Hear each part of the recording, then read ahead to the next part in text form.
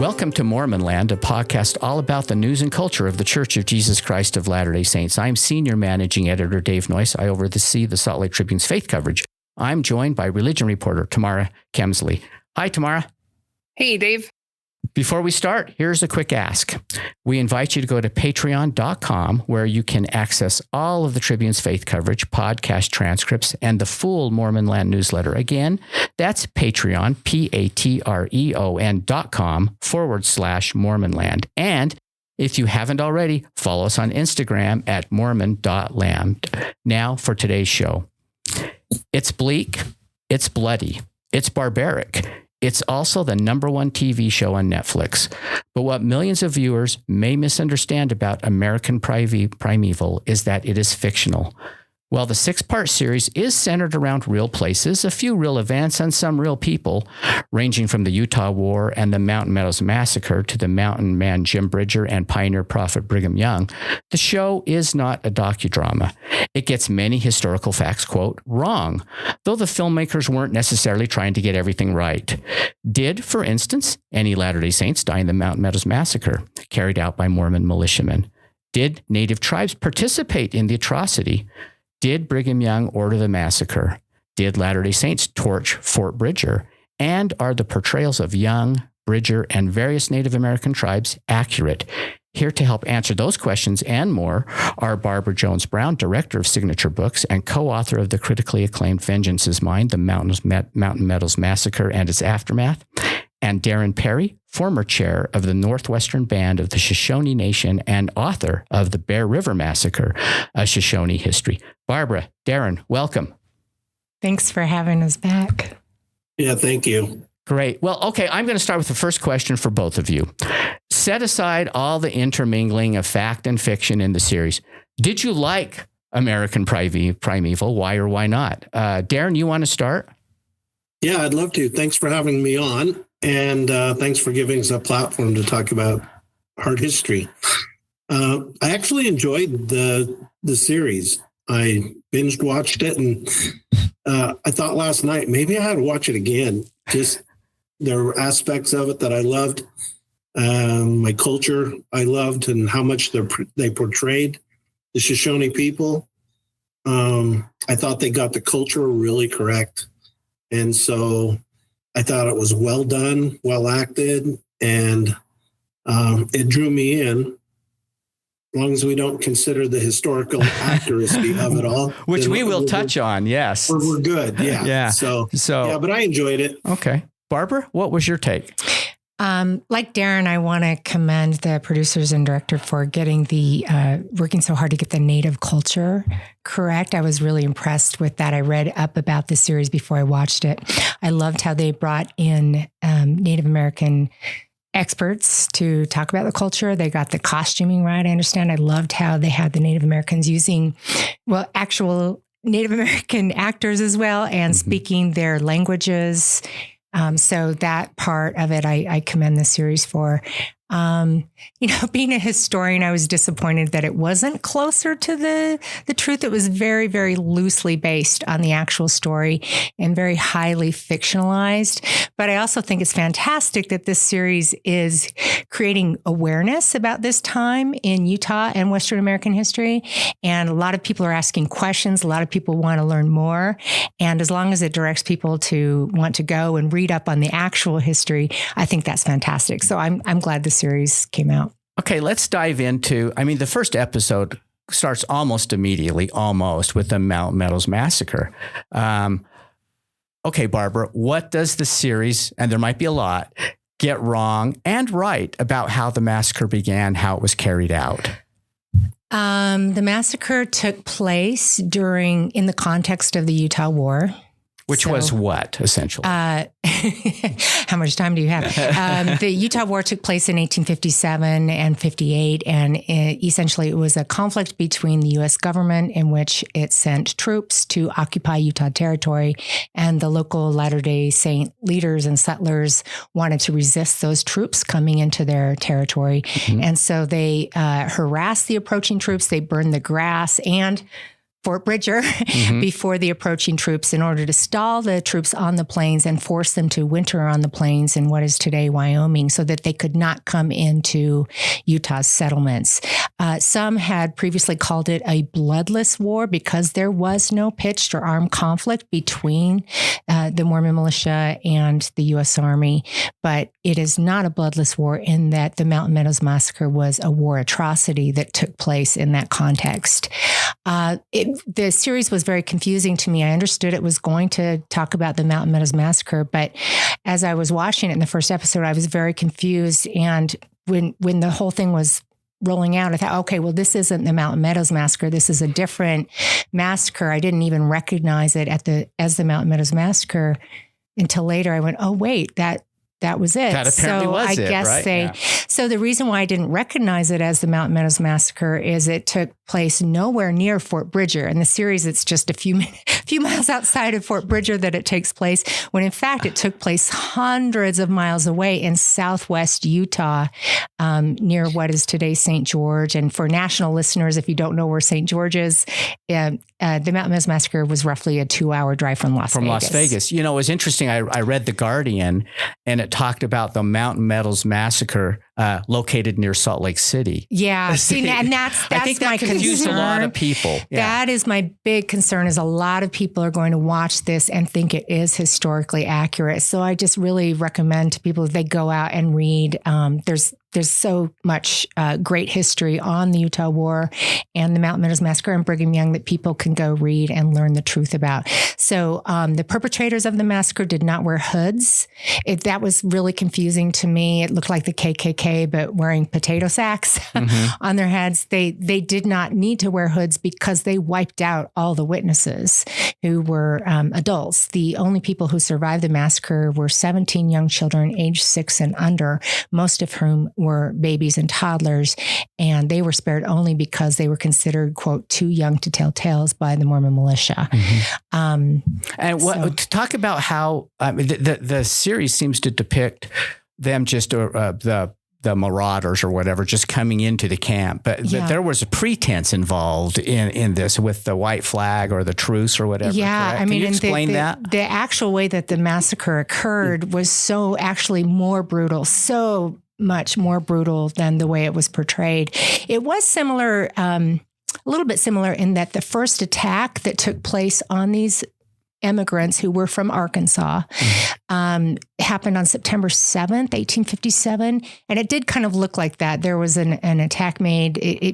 The Mormons were intending to run off their cattle. That didn't happen. They kind of got into a skirmish. And after that initial attack, the Arkansas immigrants quickly circled their wagons, and then a 5-day siege set in. Ultimately, on September 11th, 1857, Mormon militiamen threw false promises of protection, said that they were there to rescue the immigrants from the attacking Indians, tricked them, had them walk out, and then slaughtered all of them. So not a single Mormon was killed or even hurt in the massacre. And again, they wiped out all the witnesses. No adults escaped. So they do talk about in it, no witnesses quite often. Yeah, so that sort of was a tanner throughout the whole thing. So that part was accurate. Yeah. They didn't want witnesses of it, but in fact, there were no witnesses other than these little children. They did go through afterwards and shoot in the head any survivors that weren't killed in that initial September 11th, final massacre. And they did loot the bodies. There is a story of one of the perpetrators pulling a gold watch off the body of one of the victims. So that part was accurate. Was depicted, yeah. What about the involvement of natives in the area? Could you speak a little bit to that? Sure. And the series did show that there were a small number of Paiutes involved. We don't know from the historical record how many were involved, but I do want to say that it was relatively small compared to the entire Paiute nation. And the Mormon militiamen who carried this out, they tricked, if you will, or got a small number of Paiutes involved because they wanted to blame the whole massacre on them. And that's exactly what they did. And so unfortunately, the Paiute Nation has unfortunately and unjustly borne the brunt of the blame for this when the focus needs to be put on the white perpetrators who actually orchestrated this. And then kind of staying with that theme, and Darren, here, you've already touched on this, but want to talk a little bit more about the portrayal of the different Native tribes in American Primeval and what worked, what didn't, what felt authentic, what felt like Hollywood. It all kind of plays into Hollywood. Hollywood's done a great job in portraying Native Americans over time as savage, cruel. If we're not attacking wagon trains, we're doing other terrible things. And so, but Native Americans weren't like that. I mean, they weren't brutal. They were family people. They lived by good values. I don't even think they scalped people. So the fact that they wanted to pin it on a few of our brothers down south, the Paiute tribe, that perfectly makes sense. But I'm glad the truth has finally come out. I love the fact that, it wasn't historically accurate at all. There wouldn't have been any Paiutes up by Fort Bridger ever. And so there would have been plenty of Shoshone. I love the storytelling of the Shoshone and their culture and their, was really honored in a good way. Mm-hmm. Some of the other things might not have been as accurate, but. What about some of what about the culture did you feel like was authentic? What was it, the clothing, the language, or was it more the clothing? The clothing was wonderful. The language was spot on. And then it showed that small village where they had a matriarch who pretty much was the ruler of the small group of Shoshones that were there. And that makes perfect sense to us. We live in a matriarchal society. Our women were our leaders and strong. And so to have a woman that showed strength like that was really one of the highlights for me. And it showed how that village and even the young girl the stowaway on the wagon, how she navigated her circumstances over 6 episodes without being able to talk and without, having that way to communicate. But my gosh, what a powerhouse she ended up being in the end, and how she helped and how resilient she was. And so I love that, because Native Americans are resilient. They adapt to changing world, and too bad we're often portrayed as something other than that.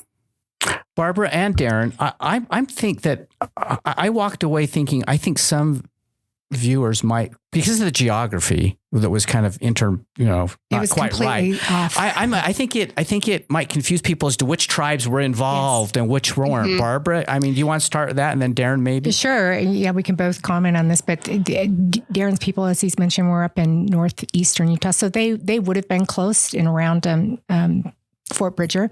The Ute people are from, their homelands are northeast Utah, but the Paiute are far to the south, and the Paiute and the Shoshone weren't interacting. The Ute and Paiute would have some interaction. We could talk about that, mm-hmm. But so that was another part. I was very confused when the Shoshone write up to the Paiute and they say, well, why did you do this? And then they kill all the Paiute, and then the Paiute say that, we participated in the massacre so we could get women and cattle. That was a complete falsehood. The Paiute were promised cattle, and that's what they got. They did not kidnap, and then the Shoshone come in and murder those kidnapped white women. That's just a complete fallacy. Darren, were you concerned about that? At least you talk about some of the things that they got right, but that seemed confusing, That was really confusing to me, because that would have never happened. The renegade Shoshone that was kind of the troublemaker, even the matriarch of the tribe said he's on his own. He's out doing bad things and doing things that we don't agree with. And so she disconnected herself from Native Americans that may have perpetrated some things against settlers over time. And so to say that would have never happened, I can't say that. But I find it highly unlikely that it would have happened in such a way, and especially interacting with the Paiute tribe, that would have never taken place. So, Yeah. Another question we've been getting on this note was there scalping at the Mountain Meadows as my wife wanted to know about as that. portrayed in the series. And I just want to give a shout out to a friend and colleague of mine named Shannon Novak. She's a forensic anthropologist. She wrote a fantastic book on the people of Arkansas who were kind of faceless and nameless in this series as well, which is another criticism I have. But her book is called House of Mourning. It's all about those people. She examined the bones at the Mountain Meadows. And she found absolutely no evidence of scalping, and nor does the historical record show that there was any scalping at the Mountain Meadows Massacre. That's interesting. Yeah. Well, let's go to another character in the book, a big character in real time, but more minor. Those significant positions, that's Brigham Young. Now, it's a question, Barbara, you've answered in your book, on our podcast, and other stories. What was Brigham Young's involvement, if any, in the massacre? And what did he know about it? When did he know it? We need to do an entire episode on that. That's but true. I'll try. I think we have actually. Yes. But when our book maybe you can give it like an annotated version. Yeah. So very quickly, did he order the massacre? No. In fact, we found plenty of evidence. It's incontrovertible that he did not order the massacre. But did he contribute to a scenario, an environment in which the massacre could take place? Absolutely. When Young learns that the troops are on their way to occupy Utah's settlements, the Latter-day Saints, who had been violently driven in the past 2 decades from Missouri and Illinois, they fear the Army's intentions. And so they don't want the Army to come in.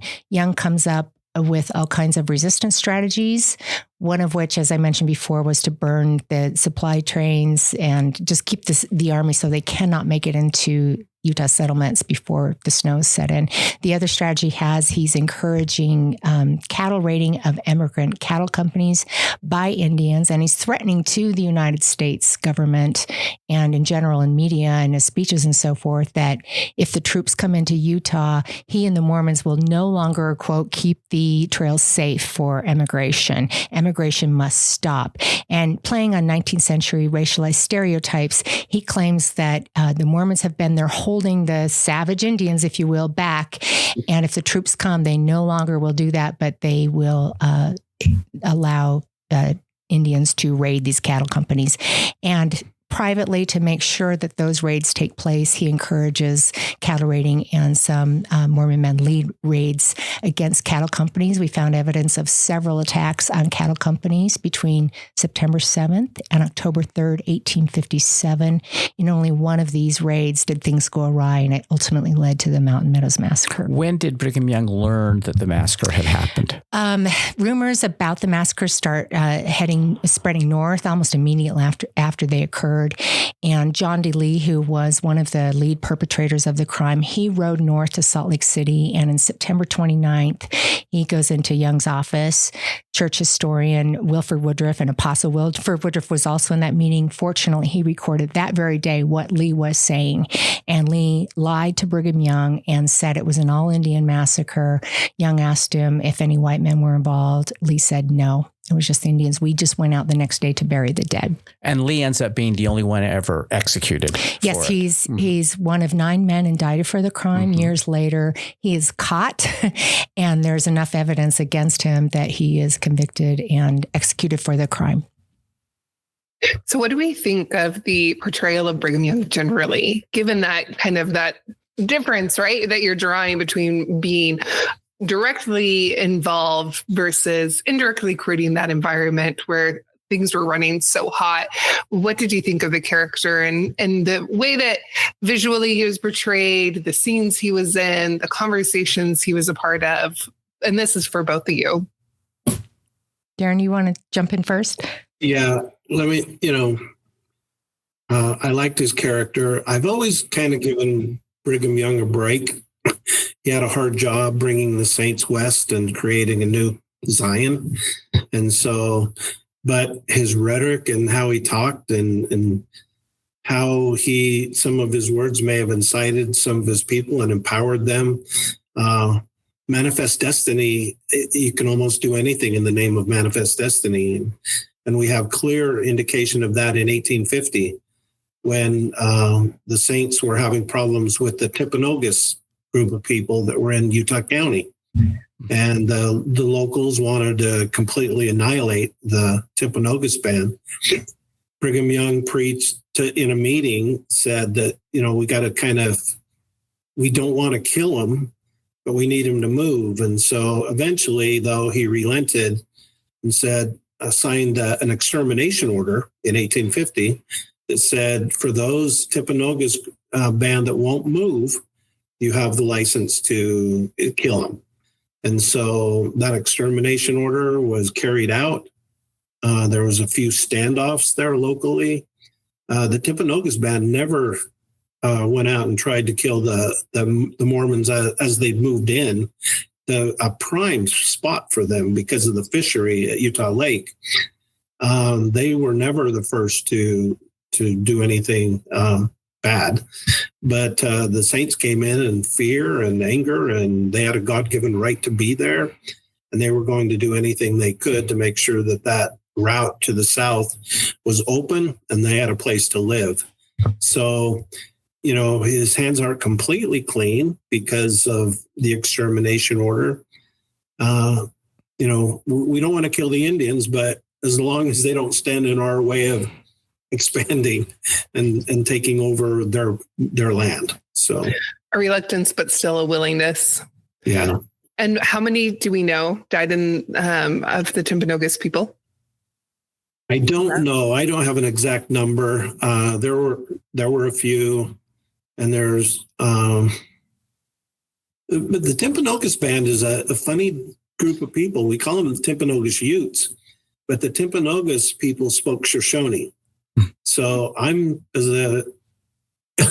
as a amateur historian, I'm going to just leave that there. Were they Utes? Were they Shoshone? They were called the Timpanogos band, but they did speak fluent Shoshone. So, Barbara, what did you think of Brigham Young portrayal in American Primeval? Sure. And I just want to start by saying I'm glad that Darren brings up the fact that there were other massacres of people, Native Americans, by Latter-day Saints in Utah. That's important to make that point. I want to give a shout out to a friend and historian, John Turner, who wrote an excellent biography of Brigham Young called Brigham Young, Pioneer Prophet, if people want to dig in more and learn more about Brigham Young.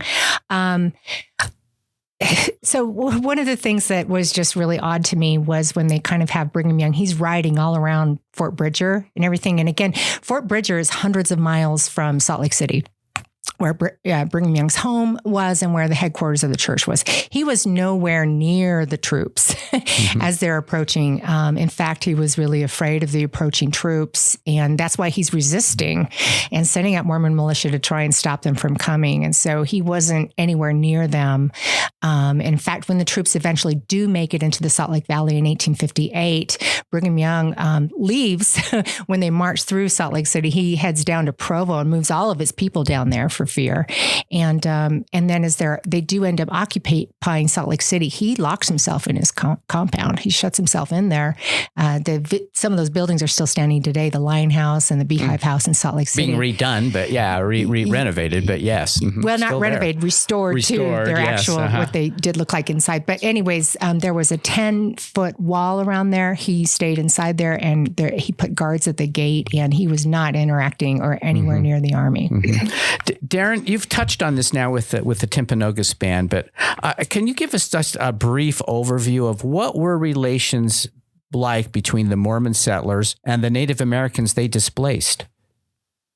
Oh, well, it's kind of a roller coaster. I mean, Joseph Smith, when he dealt with the Native Americans, the Lamanites, he knew their place. He almost as if he placed them on a pedestal. Because the first mission he sent out was to the Lamanites. I think he understood their importance in the Book of Mormon, and he treated them as such.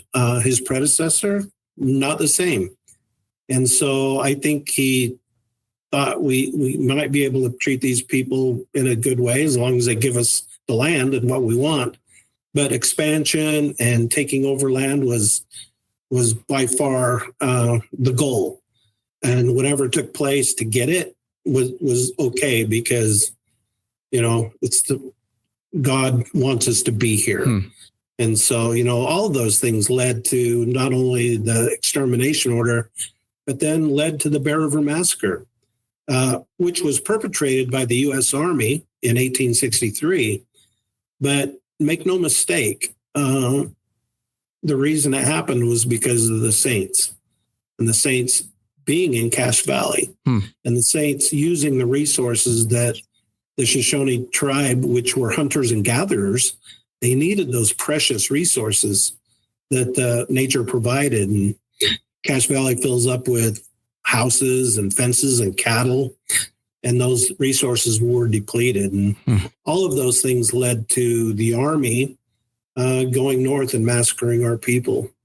The Saints may not have fired a bullet, but they were absolutely the cause. One of the more colorful characters is Jim Bridger himself. And you see him in kind of a tussle with Brigham Young as Brigham Young is trying to buy his fort from him, and then torches it after he strong arms Bridger into relinquishing it. What did you each make of him? What historically was that relationship like? And was it anything like what was reflected in what was portrayed in the show? Let me go first, Barbara, and then you can follow up. But I loved his character. I hope he was as cool in real life as he was in that show. Cool is a good word. Yeah, unflappable. He got all the good lines. Yeah. So, but you know what? He, as a mountain man and trapper, he was honored by the Shoshone people and all Native peoples. That relationship was reciprocity, give and take. They loved interacting with the mountain men. The Shoshones loved him so much that Chief Washakie gave his daughter to Jim Bridger to be his wife. Jim Bridger was married 3 times, and they were all to 3 Native American women. So that relationship was close and tight as a Shoshone with Jim Bridger. His character absolutely resonated with me. And the fact that he wouldn't take any, guff from Brigham Young or the Army or anybody else. Yeah. Guff is a good word for it. I had another word, but yeah. So Darren and we were talking about both of our favorite character was Jim Bridger in this series, and he was a very colorful person like that. I was confused by the geography and the chronology of everything. The Mormons purchased Jim Bridger's Fort Bridger, in 1855. Bridger had a partner named Vasquez, and the transaction went on through Vasquez, I understand. And so Bridger later said, wait, no, I didn't really intend to sell it. So he asserted that the Mormons forced him to sell it. But anyways, that took place in 1855, 2 years before the events that take place in this miniseries or this Netflix series happen. And so I was really confused why Fort Bridger was still there, because the Mormons burned down Fort Bridger in 1857 before these events. The motivations behind why the Mormons burned down Fort Bridger were also very different. Again, it was to stall the troops. So the troops who are approaching Salt Lake City and they expect to get into the city before winter, they get to Fort Bridger and they're furious when it's burned down and everything is burned down in front of them. So they end up having to spend the winter on what is today the plains of Wyoming, and they build a tent city called Camp Scott around the remains of Fort Bridger. See, I actually think if they had followed the actual timeline, that event would have made more sense. Yeah. Do you know what I mean? As a viewer just watching it, I think people are going, well, why are they doing this now? Because I had that question. I thought, why on earth did they have it at the very end of the series? They burned down Fort Bridger when actually that happened 2 years before any of this happened. And my theory is they're very enamored with Jim Bridger. The writer Mark Smith good character. Wrote about Jim Bridger in the award-winning film The Revenant, and he became enamored with Bridger and therefore wanted to keep this character in the series the whole time. Therefore, they had to completely change the chronology and have the fort burned down at the very end. But so Fort Bridger, that wasn't there during these events. It was already burned down. It did at least get the hanging body removed finally. Oh, yeah. You know what I mean? I think that was for dramatic effect because I'm not aware of any hanging bodies. So this is going to may come a little bit out of left field, but I really, Barbara, I've asked you this before, but Barbara and you and Darren have both written books about horrific massacres. Barbara, Mountain Meadows, Darren, the Bear River Massacre. What was it like personally to research and tell about these terrible atrocities for you personally, Darren? Well, I wish I could say I was the one that did the research, but I really wasn't. I was a recipient of a lot of that work that had already been done by my grandmother, tribal historian. I mean, the most amazing woman I've ever met. Her name was May Timbimbu Perry. She was a woman of color, but she was a powerhouse, and she worked her whole life to tell the story of the Bear River Massacre. Her grandfather was a survivor. He was 12. And so she'd heard firsthand accounts at the site of where everything took place. She writes about it in vivid detail. She wanted to write a book, and she ran out of time, got Parkinson's disease, and it took her life a few years later. But she always told me, Darren, no one has ever wanted to hear our story before. One day you'll have to make them listen. And so I just took it upon myself, because I spent so much time with her as a child, learning at her feet, hearing the stories, the way she'd heard the stories at the feet of elders. And so I took it upon myself to finish her work and to write not only about the massacre, but about her people and the aftermath and even where we are today. But it's because of her that we really have this story preserved. Barbara, what about you with Mountain Meadows? So I've watched, a lot of people are commenting on how brutally violent the series is, and it is. And the actual massacre, the violence of that massacre was far, far worse. And so as a historian, when I started reading all the firsthand accounts and the sources, and I had to read it again and again and again in order to, get this story right, telling the depicting the massacre, it was horrific. I couldn't watch a series, turn it off and go away, or fast forward over violent parts. We had to face it again and again and again. So it was incredibly traumatic for me, my co-author, many other folks who were working on this. In fact, at one point we had a counselor come in and talk to us about grief therapy. And I said, can you experience PTSD-like symptoms after studying an historic event like this? And one counselor said, well, I don't know, but you certainly are experiencing those kinds of symptoms. So it was incredibly difficult. And the actual massacre itself was far worse, largely because most of the people murdered were children. And reading the descriptive accounts of how they and their parents were murdered is really tough.